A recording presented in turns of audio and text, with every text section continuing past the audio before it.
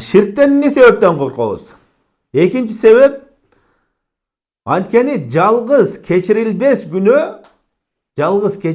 günü bul Allah Taalaga şirk kılуу. Allah Taalaga başka biröөнү şeriktеш kılуу. Allah Taalaga başka biröөнү tеңдеш kılуу. Allah'tın akılarına başka biröөлөрдү koşup şeriktеш kılуу. Ушул эң чоң keçirilбес günü. Ушул keçirilбес жалгыз günü ekendигini kim aytты? Bunu keçirilbes günü ekendigini, жалгыз keçirilbes günü ekendigini Muhammed ibn Abdülvahhab aytkan жок, Selefiler aytıp çıkkan жок, же kandaydır bir cemaattardın başçıları aytkan жок.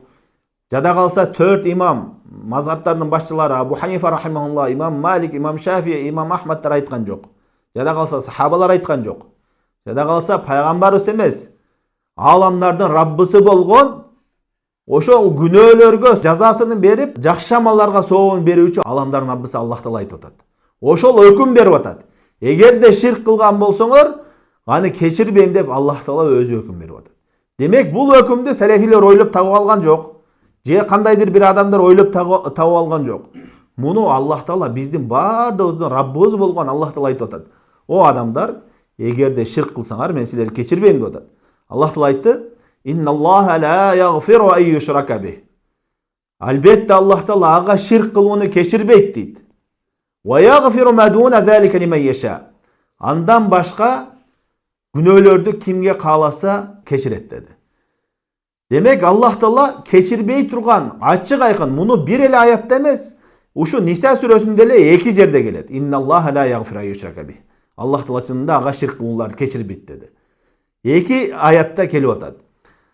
Бул аятты алымдар мухкам аят дейт. Мухкам деген өкүмү өчүрүлбөй калган, бекемделген, ачык, айкын, эч башка ыктымалды кантыбаган.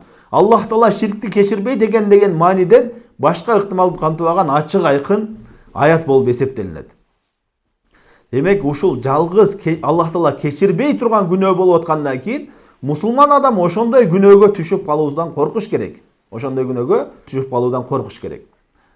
Ширкти Аллах Таала кечирбейт дегенден маани, эгерде бул дүйнөдө ошо кылган ширкинен чоң ширк кылып, тооба кылбай өлүп кала турган болсо, Аллах Тааладан өлөрдөн мурда тооба кылбай өлгөн болсо, ошондо кечирбейт.